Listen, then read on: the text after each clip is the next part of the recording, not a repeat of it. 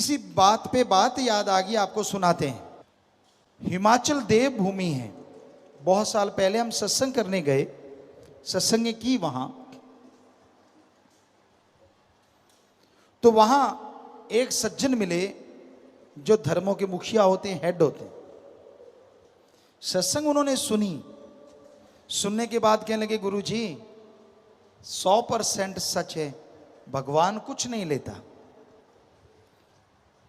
कहता लेकिन लोग चढ़ाते बहुत हैं। हमने कहा फिर? कहता जी हमने नाम रख रखे हैं। क्या नाम रख रखे हैं? कहता अगर कोई 1-2 रुपए चढ़ाता है तो हम चुप रहते हैं, सैकड़ों चढ़ाता है तो हम कहते हैं ये है हजारों वाला, 1000 चढ़ाता है तो हम कहते हैं हजारों चढ़ाता है तो ये है लाखों वाला, और लाखों चढ़ाता है तो हम कहते हैं ये करोड़ों वाला। साथ खड़े साथियों ने पूछा वाला क्या? कहता अगर कोई 100 चढ़ाता है, सैकड़ों, तो हम कहते हैं ये हजारों वाला ठग है। हजारों की ठगी मारी होगी तो 100 चढ़ाने आया है। 1000 चढ़ाता है तो हम कहते हैं ये लाख वाला है। हजारों चढ़ाता है ये लाखों वाला ठग है, और लाखों चढ़ाता है तो ये करोड़ों वाला ठग है। इसमें झूठ थोड़ा ही ना है। मैं चांदी चढ़ाऊंगा, मैं सोना चढ़ाऊंगा, मैं फलाना चढ़ाऊंगा, क्यों? कहता मैं तुझे 25 के लड्डू खिलाऊंगा, तू मेरा लाखों का फायदा कर दे। पिद्दा सा इंसान भगवान को बुद्धू बनाने चला है। अरे जो तेरे को लाखों का फायदा करेगा उसमें से 25 के लड्डू नहीं खा सकता वो। लोगन राम खिलौना जाना, खिलौना समझ रखा है, छोटा बच्चा समझ रखा है। बच्चा काम ना करे ना, गांव में बुजुर्ग कहते आजा बेटा तुझे गुड़ खिलाऊंगा, बच्चा भाग के काम कर देता था। शहरों में चॉकलेट दूंगा, आज की भाषा में आजा तुझे चॉकलेट दूंगा, बिस्किट दूंगा, टॉफी दूंगा, बच्चे काम कर देते हैं। तो क्या आप भगवान को बच्चा नहीं समझ रखा? भगवान आजा तुझे हलवा खिलाऊंगा, तुझे लड्डू खिलाऊंगा, तुझे जलेबियां, तुझे नारियल, तुझे चावल। अरे अरे अरे, सारी नियामतें उसी की दी हुई हैं, तू क्या उसको खिलाएगा? वो तुझे खिला रहा है। तो लोगन राम खिलौना जाना, बच्चा समझ रखा है उसे। हर कोई बुद्धू बनाने पे उतारू है। ये भगवान का क्या है, उसको तो मूर्ख बनाया जा सकता है। ये भूल जाते हैं वो सबका बाप है, सबको बनाने वाला है। ਐਡਾ ਭੋਲਾ ਖਸਮ ਨਹੀਂ ਜਿਹੜਾ ਮਗਰ ਚਲਿੱਤਰ ਨਾ ਜਾਣੇ। ਇਹਦੇ ਘਰ ਵਿੱਚ ਉਹੀਓ ਬਸ ਸਕਦੀ ਜਿਹੜੀ ਸਭ ਚਤਰਾਈਆਂ ਭੁੱਲ ਜਾਵੇ। कि इतना भोला नहीं है वो अल्लाह वाहिगुरु राम खसम, जो आपकी चलाकियां, आपके मकर, आपकी शातराना चालों को ना समझे, वो सब जानता है। ਇਹਦੇ ਘਰ ਵਿੱਚ ਉਹੀਓ ਬਸ ਸਕਦੀ ਜਿਹੜੀ ਸਭ ਚਤਰਾਈਆਂ ਭੁੱਲ ਜਾਵੇ। दीनता, नम्रता, अंदर साफ, बाहर साफ, व्यवहार का साफ। व्यवहार कहते ही ये लगता है ये क्या कह दिया, क्योंकि आजकल व्यवहारों का तो बुरा हाल है। पैसे लेगे तो टाइम पे मोड़ते नहीं, मांगने जाओ तो आगे से लठ निकाल लेते हैं। ये व्यवहार है। लोगों का हक मार के छीनते हैं। छोटी सी डॉल के लिए जमींदारों के बट होती है सांझी, धक्के से 2 फुट उधर धकेल देते हैं, वो दूसरे वाला 3 फुट उधर धकेल देता है। दानों फसल जो है उसकी तरफ ध्यान नहीं देते, वो डॉल को ही धकने में लगे रहते हैं। और एक दिन वो छोटी सी डॉल के लिए झगड़ा होता है, मारकूट, यहां तक कि एक दूसरे को मार देते हैं। वो डॉल वहीं की वहीं रह जाती है। एक खत्म हो गया, एक जेल में चक्की पीसता है, बर्बाद हो जाते हैं। तो व्यवहार के सच्चे बनो। आप सत्संगियों, मालिक से प्यार करने वालों, ऐसा व्यवहार होना चाहिए।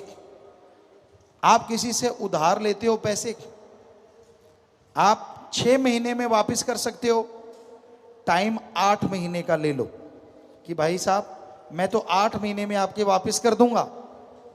मजा तब है 8 की जगह 6 या 7 महीने में उसके घर में वापस दे आओ कि ले भाई तेरे पैसे, मजा आ जाए। यह है सच्चा व्यवहार। आप बहुत अमीर हैं, कोई गरीब है, जरूरतमंद है, आपके पास बहुत पैसा है,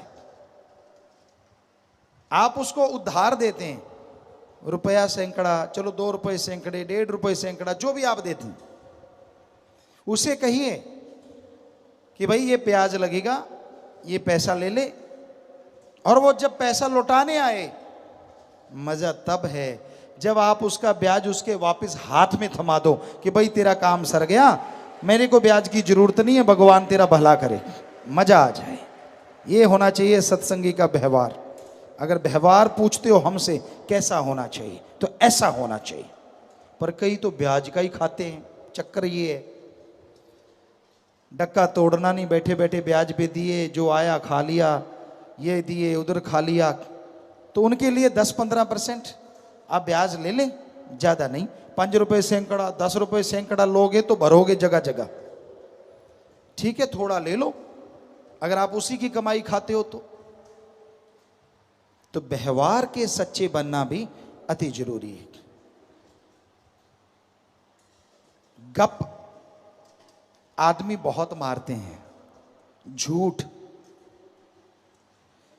बात बात पे झूठ मारते हैं। क्या झूठ मारना चाहिए? नहीं मारना चाहिए। क्या बिल्कुल ही नहीं मारना चाहिए? कई झूठ ऐसे होते हैं जो सच से हजारों गुना आगे होते हैं। कैसे? उदाहरण के तौर पे एक मिर्ग है जो हमने खुद देखा, उसके पीछे शिकारी है, और वो मिर्ग, वो हिरन भाग के आपके खेत में धंस जाता है, छुप जाता है। शिकारी आता है, आपसे पूछता है आपने मिर्ग देखा? अब अगर आप हरिश्चंद्र बनोगे तो यही कहोगे कि भाई यहां है और वो बैठा छुपा, तो शिकारी उसको मार देगा। आपके सच ने जीव हत्या करवा दी। पर उस टाइम अगर आप कह दोगे मैंने नहीं देखा, यहां नहीं आया, शिकारी चला जाएगा। एक जीव की आपने जान बचा दी, और जीव की जान बचाने से बड़ा पुण्य कोई नहीं होता। तो ये कलयुग है, यहां झूठ भी सच से कई गुना आगे बढ़ जाता है।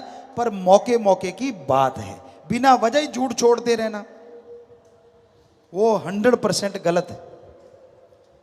किसी की जान बचाने का पुण्य होता है। कई सज्जन हमारे पास आते हैं, इतना झूठ बोलते हैं, इतना झूठ बोलते हैं, वो खुद ही मानते हैं। कहते गुरुजी हम दुनिया में जाते हैं तो गप पे गप, गप पे गप।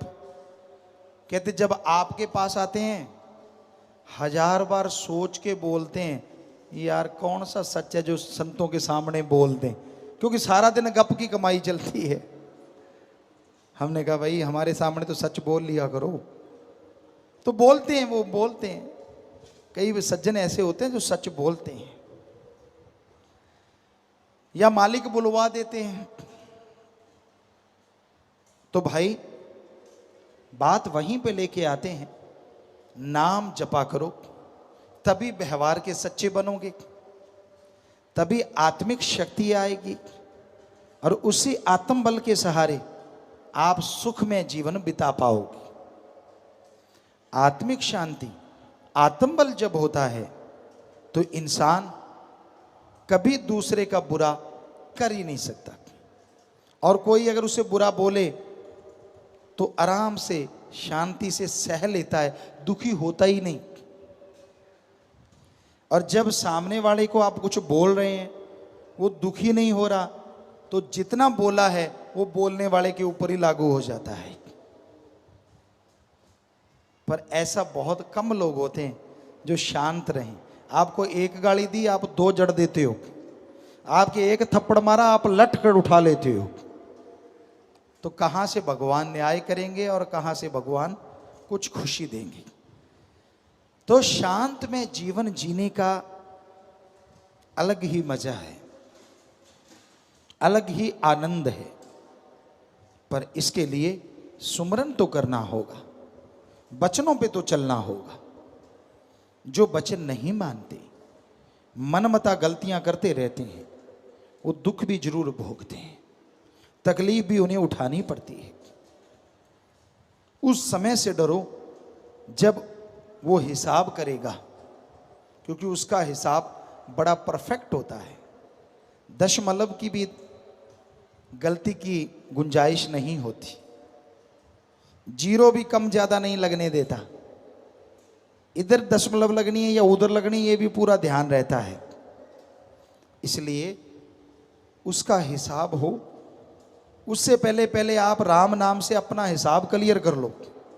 उसने मौका दिया है आदमी को कि नाम ले ले, सुमरन कर ले, और तेरे सारे पिछले कर्म खत्म होते जाएंगे, जितने भी पाप कर्म हैं, और जिंदगी खुशनुमा होगी, सुखमय होगी। तो भाई ये तभी संभव है जब आदमी पीर फकीर की सत्संग सुने, सुन के वचन माने, तभी सुख मिलता है, तभी खुशियां मिलती हैं, तभी परमानंद मिलता है। तो जरूरी है आप मालिक का नाम जपें, जिस पे कोई दाम नहीं लगते, जिस पे कोई धर्म जात मजहब नहीं छोड़ना पड़ता, जिसके लिए दर बदर नहीं जाना पड़ता। आप घर परिवार में रह के मालिक का नाम जपते रहिए। जैसे मर्जी कपड़े पहनो, जिस मर्जी धर्म में रहो, कपड़ों से मालिक को कुछ लेना देना नहीं है। मालिक जब पहचान करवाता है तो कपड़ों की जरूरत नहीं होती। मालिक जब भेजता है तो कपड़े पहन के नहीं भेजता। क्या कोई पैंट शर्ट पहन के पैदा हुआ है? नहीं, सब नंगे आते हैं। ठीक है, मालिक ने सद्बुद्धि बख्श दी, नंगे रहना नहीं। इसका मतलब ये नहीं है कहीं आप सोचो पिताजी ने कह दिया कपड़े ही ना पहनो। ये खोपड़ा किस लिए दिया है? ये मालिक ने इसलिए दिया है कि आप इसका इस्तेमाल करें और जिससे भावना शुद्ध रहे, वैसे बन के रहें। सो जैसा आपका दिल करे कपड़े पहनो, कोई रोक टोक नहीं। भावना शुद्ध होनी चाहिए, भावना पवित्र होनी चाहिए, तभी मालिक मिलता है, कपड़ों से नहीं मिलता। पीर फकीर भी कई बार कई लोग मिलते हैं, हम तरह तरह के कपड़े पहनते रहते हैं। जब से साथ संगत ने कहा, रूहानी जाम शुरू हुआ कि पिताजी बदल बदल के पहनो, तो हम बदल बदल के पहनते। खास करके नई जगहों पे जाते हैं और हैरानी ये होती है, कईयों के दिल में होता है कि पिताजी ने सफ़ेद कपड़े नहीं पहने, कहीं पैंट शर्ट पहन रखी है, कहीं कैपरी है, कहीं 3/4 है, कहीं कुछ है, कहीं कुछ है, स्लीवलेस है, कहीं बाजू वाला है, कभी कुछ कभी कुछ। कि अब नाम कौन लेगा? और बिना सत्संग, बिना समझाए सैकड़ों लोग बैठ के नाम ले जाते हैं। क्योंकि फकीरों को कपड़ों से कोई लेना देना नहीं होता। वो मालिक का नूर छुपाने से छुपता नहीं, लोग बता देते हैं, लोगों को बता देता है मालिक कि भाई आपके लिए फकीरों को भेजा है, आप भक्ति में जुड़ जाओ। सो कपड़ों से कोई मतलब नहीं कि आप कैसे पहनते हो, पर विचार शुद्ध होने चाहिए। और कपड़े खास करके बहनों के लिए इतने ऐसे भी ना हो जिसमें नंगेज बाहर आ जाए, ये बिल्कुल गलत है। आप किसी को उत्साहित करते हैं और बाद में गुंडागर्दी होती है, दोष उसको देते हैं। तो आप सब जानते हैं पढ़ा लिखा टाइम है, तो भाई बताना हमारा फर्ज, माना ना माना आपकी मर्जी। हर कोई मर्जी का मालिक है, किसी का कोई गुलाम थोड़ा ही ना है। और जो भगवान के गुलाम बन जाते हैं, उनके सामने त्रिलोकी का राजा भी कुछ नहीं होता। बेफिक्र मस्ती की जिंदगी जीते हैं, परमानंद में हर समय गुजरता है।